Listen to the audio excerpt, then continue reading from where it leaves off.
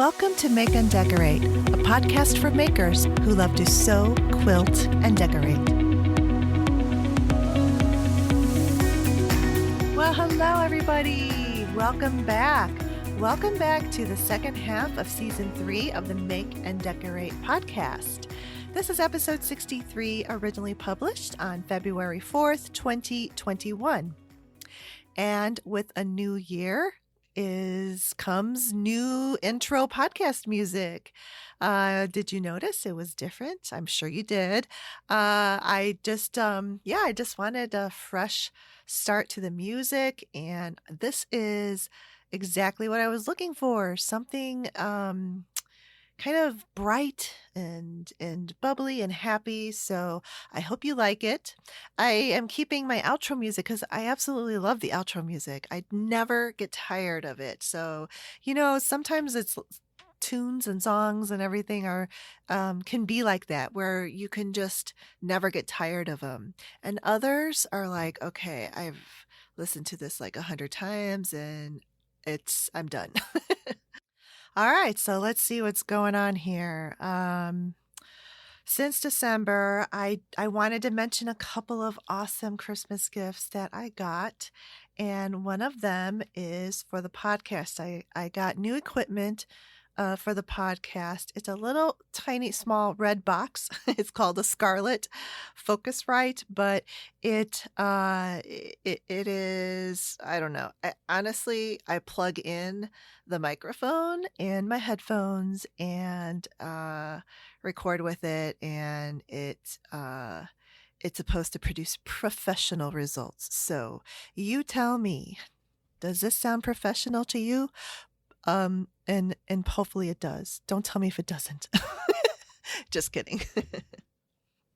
All right. And then I also got something else for my sewing studio, creative, whatever, crafty sewing, you name it.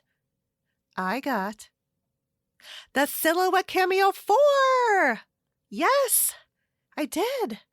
Unbelievable. Yes, I have been wavering back and forth from the Cricut Maker to the Silhouette Cameo 4, back and forth. And, it's pricey. They're both pricey. So, but my husband actually got me one this Christmas, and I did get the Silhouette Cameo 4 because I already am familiar with the design software, and from what I have researched, the Cameo Silhouette software is supposedly much more flexible, user-friendly than the Cricut Maker one. So, I got it. I have not done a ton with it yet, but I have it in its permanent place, which is out on top of the counter.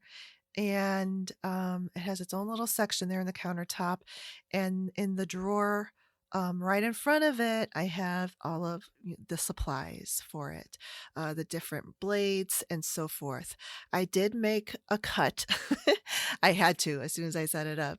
I had to set it up, and I got the Bluetooth working. You can send files to it wirelessly via Bluetooth, and it cuts fabric. So, of course, though, typical me, I choose a very complex design for it to be the first fabric cut. Did I just do a simple like square or circle or even star shape? No, I chose the Milky Way because I wanted to cut out for my nephew's Mandalorian quilt. So I saw this really cool sort of swirly Milky Way. So there's a lot of narrow cuts into this. And yes, that was my first fabric cut. It wasn't perfect, but still pretty impressive of the rotary blade. And I did have it on. They have another mat for fabrics. It's much tackier, so it'll grip and hold on to fabrics like felt and so forth. But the quilting cotton, I think, might do okay with their regular cutting mat, because I think The high-tech one might have been a little too much, but I don't know. I still have a lot to learn and things to try with it. So it's very exciting. And yeah, I've been watching a lot of videos on the Cameo 4, and there's a lot you can do with it. But the main reason why I really, really wanted it is so that I could cut fabrics. I think a secondary reason why I also wanted it is that you can easily cut, I mean, you can cut almost anything as long as it's in an SVG file type and for card making. So I've gotten a little bit into card making over the last year, and I've only gotten a few of the dies. The dies can be used in my silhouette, my Sizzix machine, and they work really well, but these dies are expensive and they add up. So, whatever you can send over to the silhouette machine is pretty much the same thing. You're cutting out a shape or whatever onto the cardstock. So, I like that idea a lot better. So, I have very little to share about sewing and quilting projects because that just kind of disappeared for a little bit around Christmas time. I got sick at Christmas time.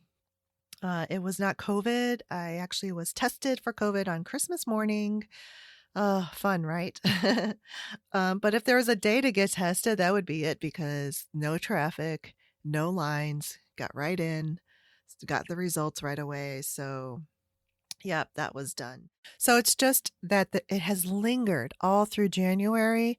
And so I went back to the doctor today and we're just trying to figure some things out so that I can get fully recovered.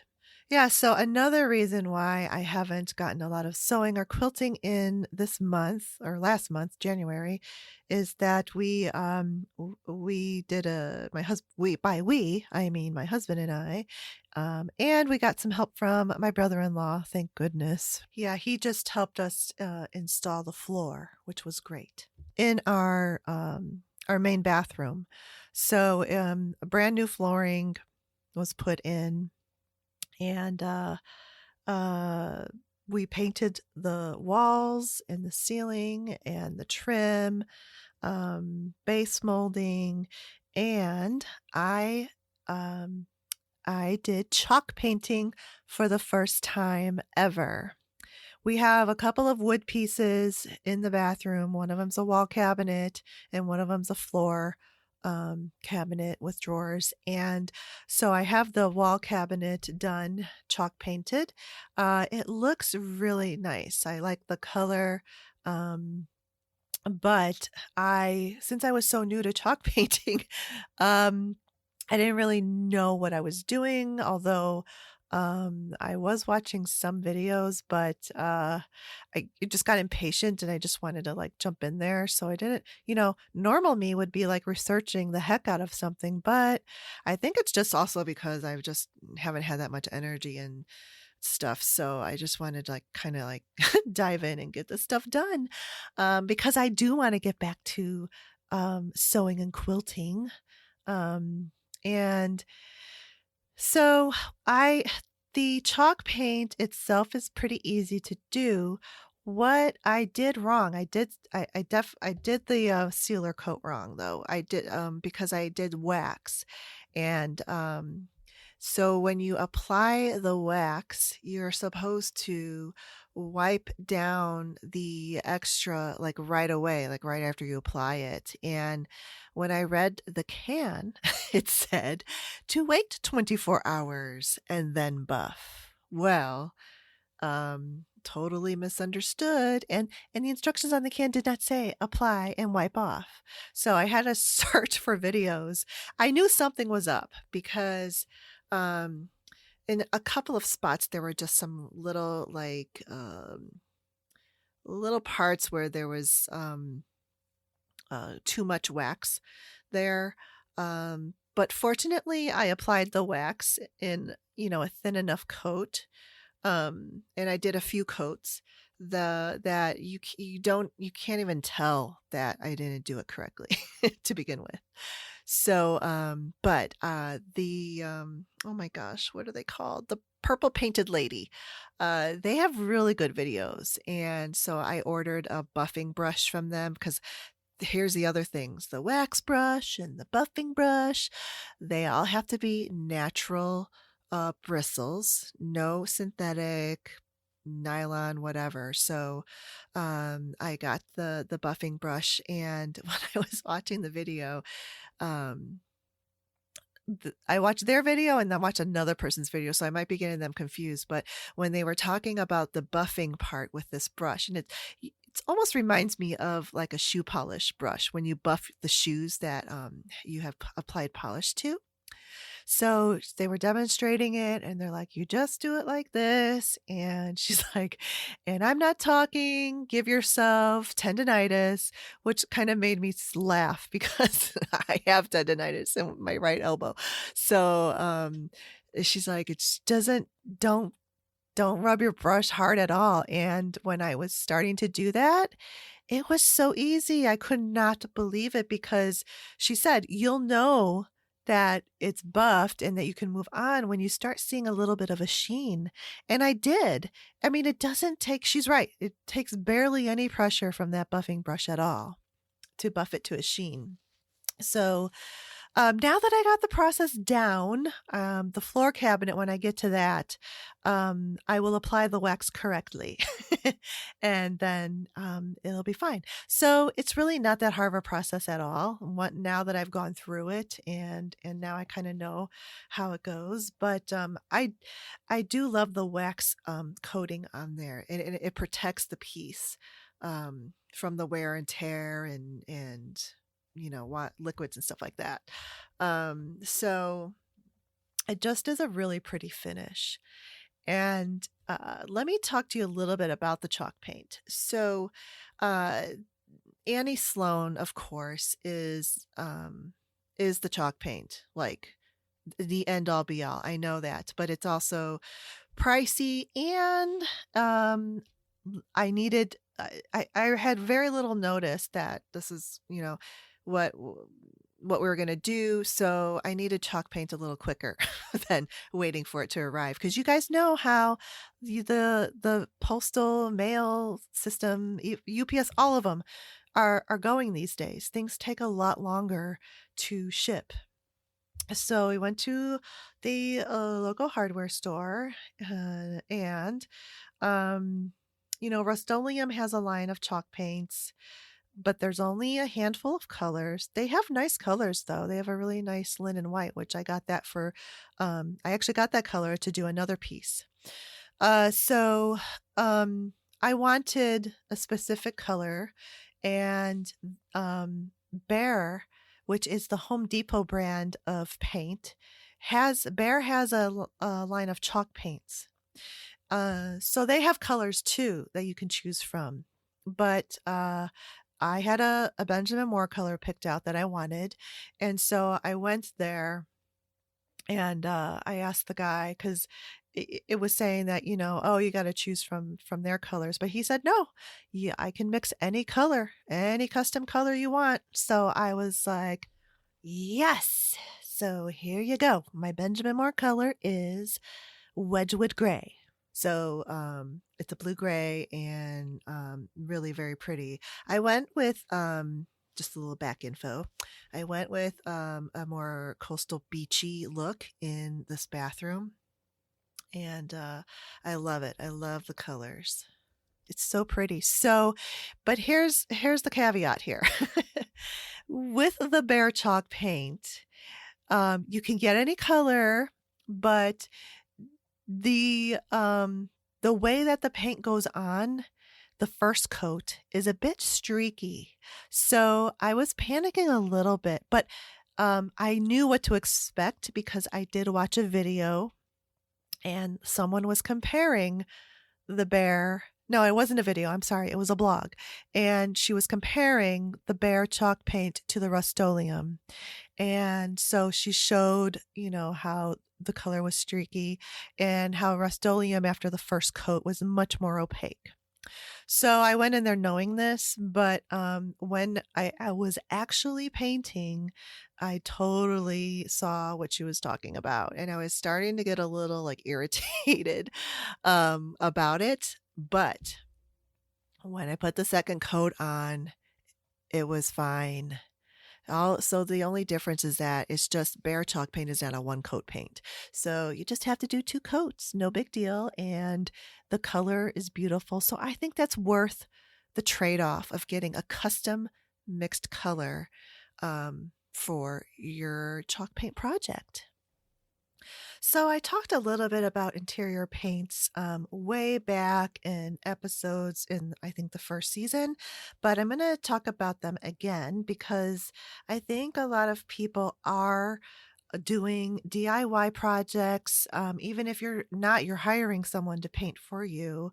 There's some things I can share about interior paints to help you make your choices easier.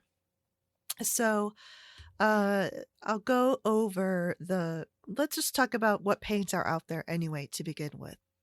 On the very top, high end of paint is Faro and Ball. I think it's running around $120 a gallon now, so that is super, super pricey. Um, and it's really something that's not comparable to the Benjamin Moores or Sherwin-Williams of the world. It's all natural clay pigments, and it just has a higher level of quality and pigments. So if you can afford it and want to, that's the top of the line. That's the luxury line of paints. But there are plenty other lines of paint that are very good quality and have nice pigments as well. I just wanted to start and let you know that if you want the creme de la creme, it is Farrell and Ball. It's an English paint company, and it's getting more and more available in the U.S. now. And I think you can even order online, and the UPS ship the paint to you. All right, so I would say the next level of quality paints is probably the Benjamin Moore and Sherwin-Williams. And these paints are not sold in regular hardware stores. So Sherwin-Williams owns all of the Sherwin-Williams shops that sell their paint. And Benjamin Moore has dealer owned stores that sell their paints.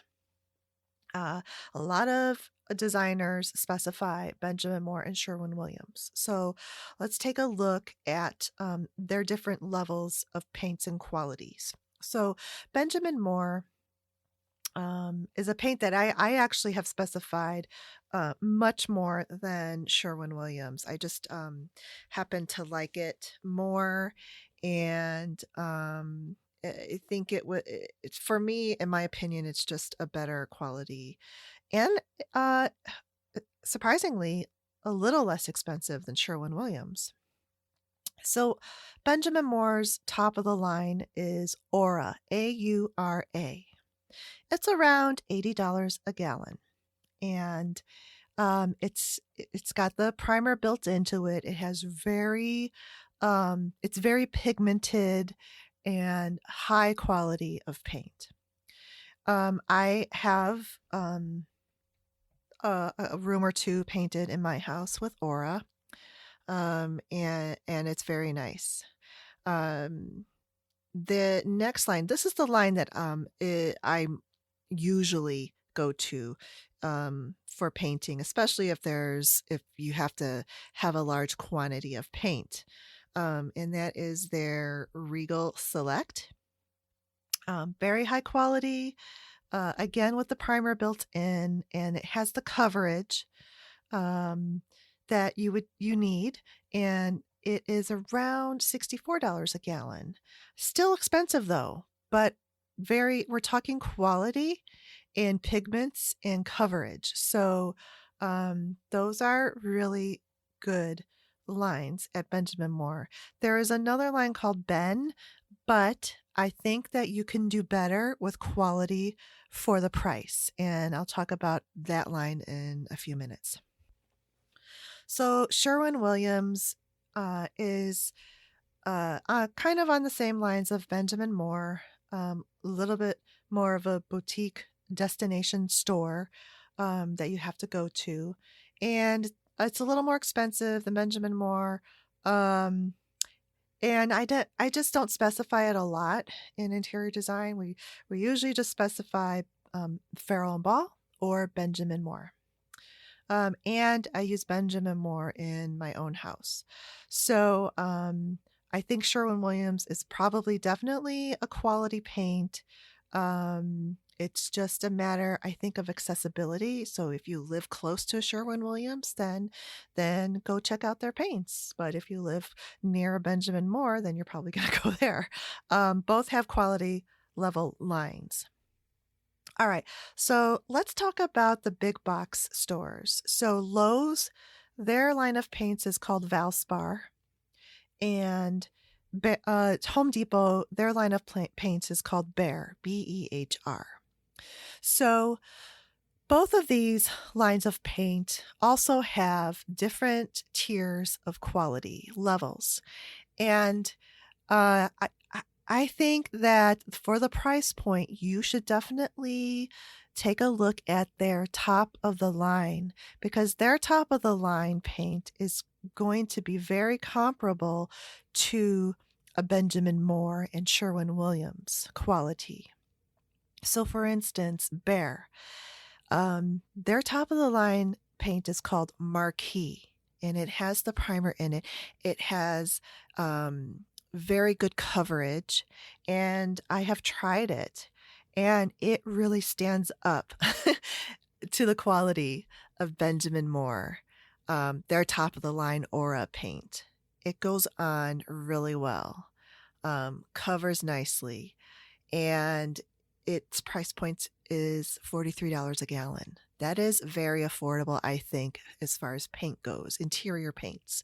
So I was very happy with the quality and how easy it was to apply that paint. I have not tried the top of the line of Valspar, but I'm sure it's a similar story. So if you are going to go to a big box store for paint, I would say stay away from the lower lines of their paints. And so the one line below the Behr Marquee is called Ultra Plus. It's about $28 a gallon. And you could visibly see the difference of the quality of that paint versus their Marquee paint. The Ultra Plus, so I used that for the ceiling of the bathroom. And on the ceilings, you usually paint ceilings in a flat finish. So absolutely no sheen or shine at all, just flat.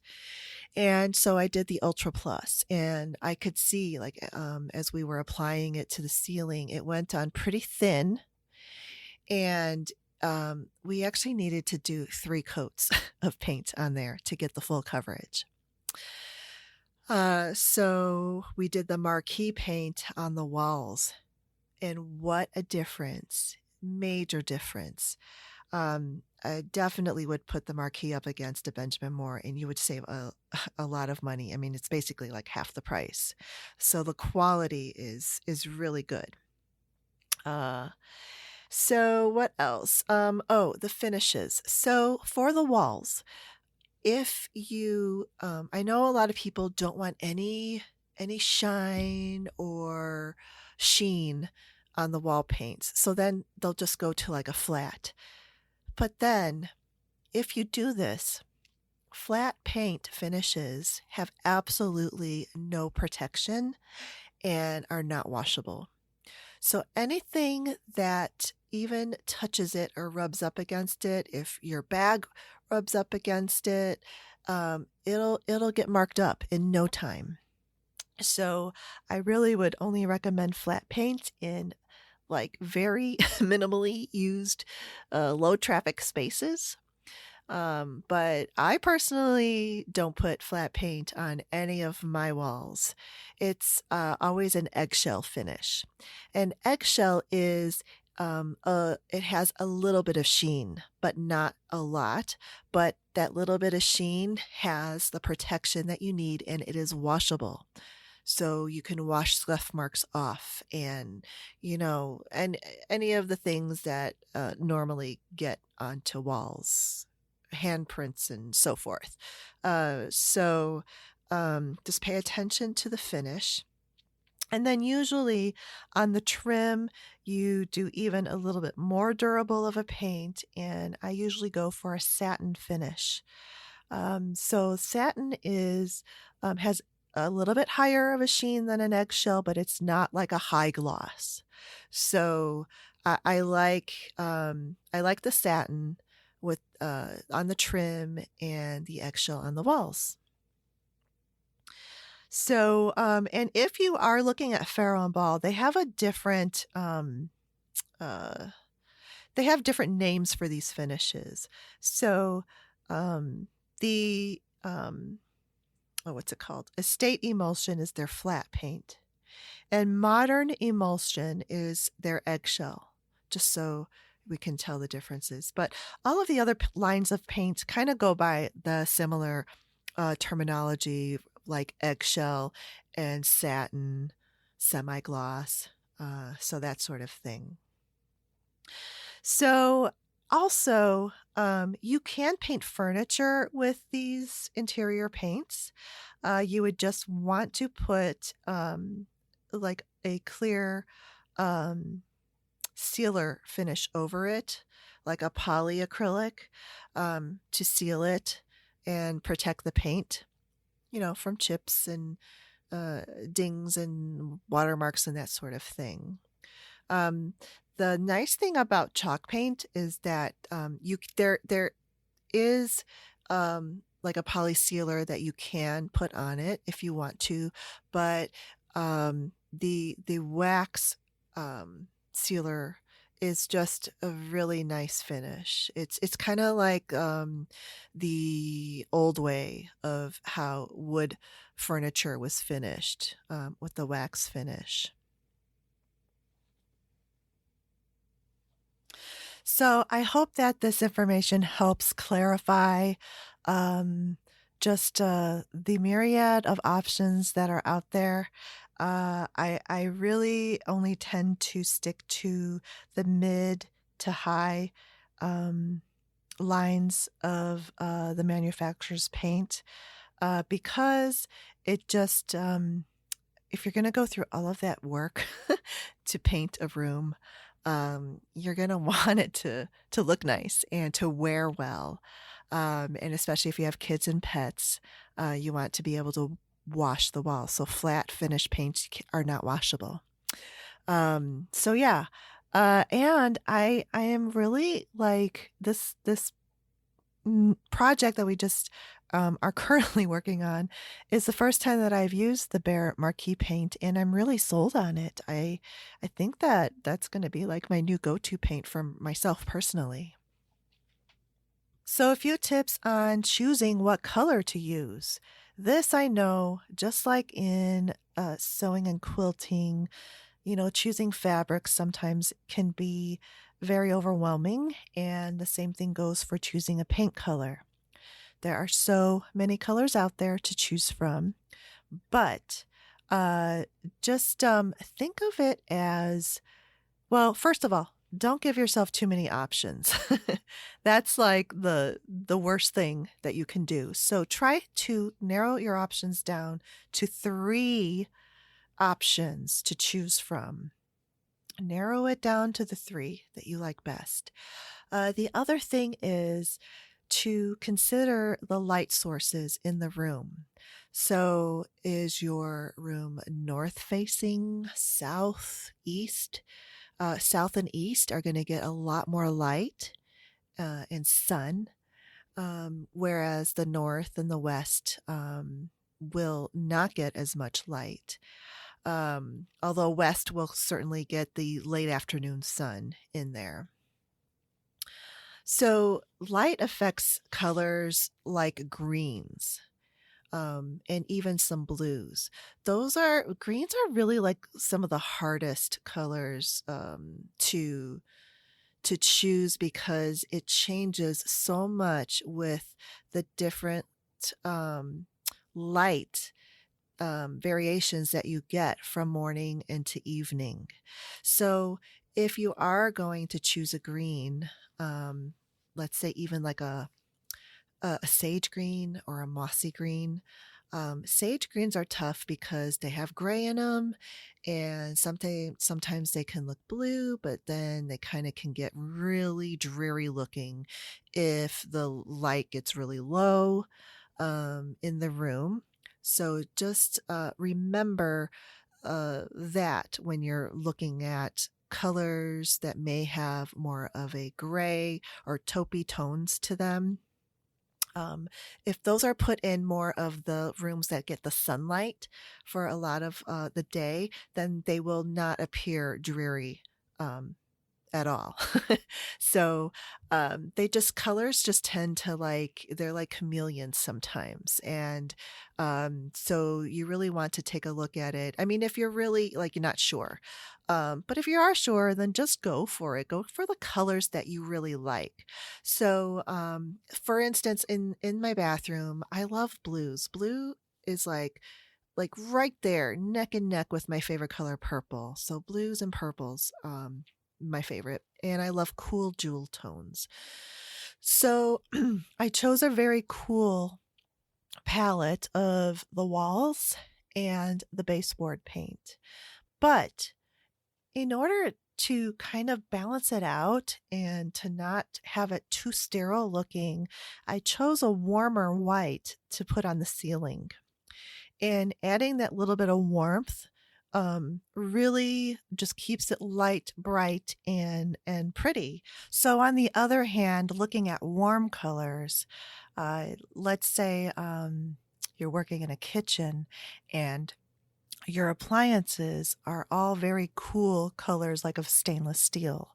You know, you look at these things in the room and then you think, I want to warm this up. And so you're going to put a warm wall color in there. So that's how like it balances with the coldness of the stainless steel. And then if you put like a warm color surrounding it on the walls. So just consider the things that are going to be in the room and the light sources, and most of all, what you like. That's most important because um, if you're worried of doing the wrong thing and what people are going to think, and you know you're not following the trends and so forth, then I think it's going to be much harder to choose a color palette. So, um, yeah, just stick with what you like and then just put some of these um, other thoughts with your decision making process. And then I think you'll be happy with what you choose. All right. Hello, everybody. I am back. This is sort of like a Francis Dowell type journal uh, episode because I didn't record everything in one sitting. So here I am back the next day, which is February 2nd, Groundhog Day. And the groundhog saw his shadow this morning. So that would mean 6 more weeks of winter. So let's hope that's true. Because we just got hit with a huge snowstorm this past weekend. We got nearly almost 12 inches of snow, which for the Chicago area is kind of a lot. So I know other places, I mean, 12 inches would be nothing, but to us, it's a lot. And it wasn't too bad. I think because it was on the weekend, people were able to kind of keep up. I mean, it snowed like nonstop for almost 2 days. So you just get stuff shoveled, and then a couple hours later, you see another like inch or two on the ground, and you have to go back out there. So, but it was fun. I took Cooper out uh, for a walk just around the block because there was just so much snow out there. And it was fun. He likes to try to catch snowballs in his mouth. The other thing that a big snowfall in the Chicago area does is, and this is, I think, specifically a Chicago thing to do, is that with the street parking, there's tons of snow there, and the street plows will they'll drive down the streets and they're plowing. So then all that snow gets like tossed by the parked cars. So it's a ton of snow to dig out and to be able to make it so that you can pull your car out away from, it's parallel parked on the street. So what Chicagoans do is once they get their parking spot snow removed, dug out, they will put a couple of chairs. Usually they are a lawn chair of some sort. So those will go into the very nice and clean removed snow parking spot to reserve it for them. And this is like, when there's big snow, the city and everybody kind of like, they let you do that. You can't do that if it's only like a few inches of snow on the ground. But yeah, if people, are taking the time and doing this backbreaking snow shoveling work around their cars to dig them out, they want to keep that spot. But the thing of it is that you almost need another person to run out there and pull the chairs out when you're ready to come back and park into your spot. If not, then they got to put their hazard lights on and block the traffic and go remove the chairs and then do their little parallel park. So yeah, it's just a whole thing, but it's just funny. I almost kind of love seeing all these chairs out on the street after the big snow. It just makes me laugh. Okay, so I just want to give you a glimpse of what to expect in this upcoming second half of season 3. I recorded all of my guest episodes during the month of January, and so excited about those. And one of them is a video podcast. So one of the guests agreed to do a video podcast with me, and that'll be coming up in mid-April. So I'm really excited about that, and I'm looking forward to getting your feedback on the video podcast as to whether I might do more of those. I think it's fun, and we'll see how it goes. I haven't edited it yet, so if it ends up being like an editing nightmare because I would have to edit not only the audio but the video, we'll see. We shall see. But I will tell you, I had the best time recording this, and yeah, so stay tuned, and I hope you enjoy the rest of the season. Let me know. Stay connected with me. You can email me at info@makeanddecorate.com, and I'm also on Instagram. So let's just finish this out with what I've been watching, and I got a couple of what I'm listening to. All right, so of course, I watch PBS everything. There's a lot to watch on there now, too. So one of the shows, All Creatures Great and Small, I think I talked about this to my patrons. It is just a great show. It's on Sunday evenings, and it's about a vet, recent graduate in veterinary school back in the, I don't know exactly what time frame it is, maybe the 30s, 40s, but it's really a good show. And I love also, I always look at the landscape cinematography and the clothing, the costumes. And there is just such beautiful clothing in this show. Like the men with the tweeds, the tweed fabrics, and the vests and the overcoats, and it's amazing how dressed up they were. back then on an everyday basis. And we're talking like vets going to a farm and, like dealing with cows. And they would have like this, overcoat type of a thing, like what doctors today wear, the white coats.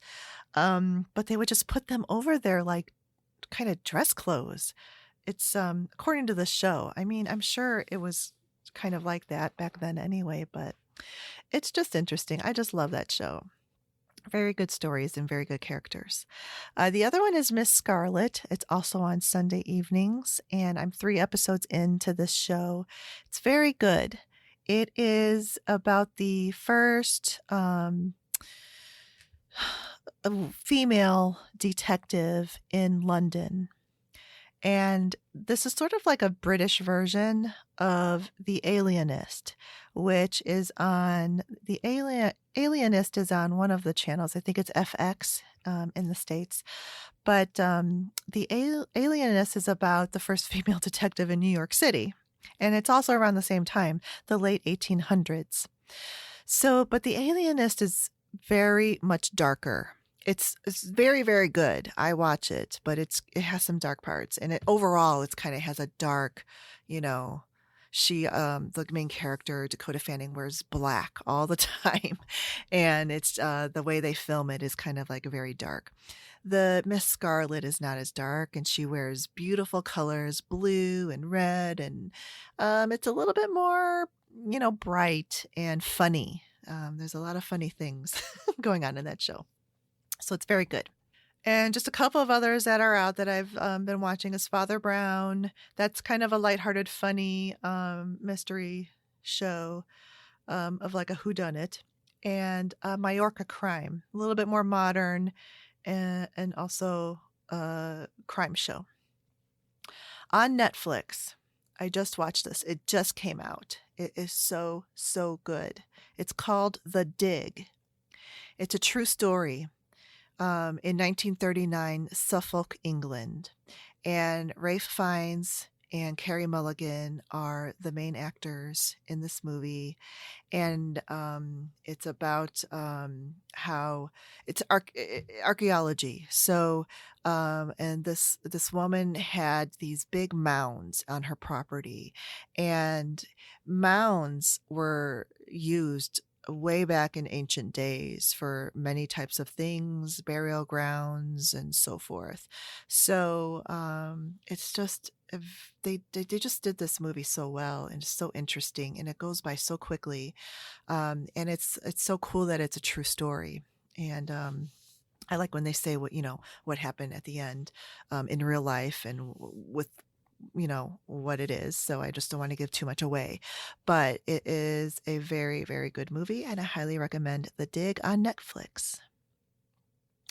On YouTube, there is a channel I've been watching for the last several months, and it's called The Cottage Fairy. I love this channel. It is a channel where you can take 10 minutes out of your day and just decompress, and you can see beautiful scenery and artistic things. So the woman on this channel, Paula is her name. She's an artist, and she lives in rural northern Washington. And she puts out every Wednesday these short videos. Like they might be 6 minutes long. Sometimes she has some that are maybe 14 minutes long, but most of the times they're around 6 to 8 minutes long.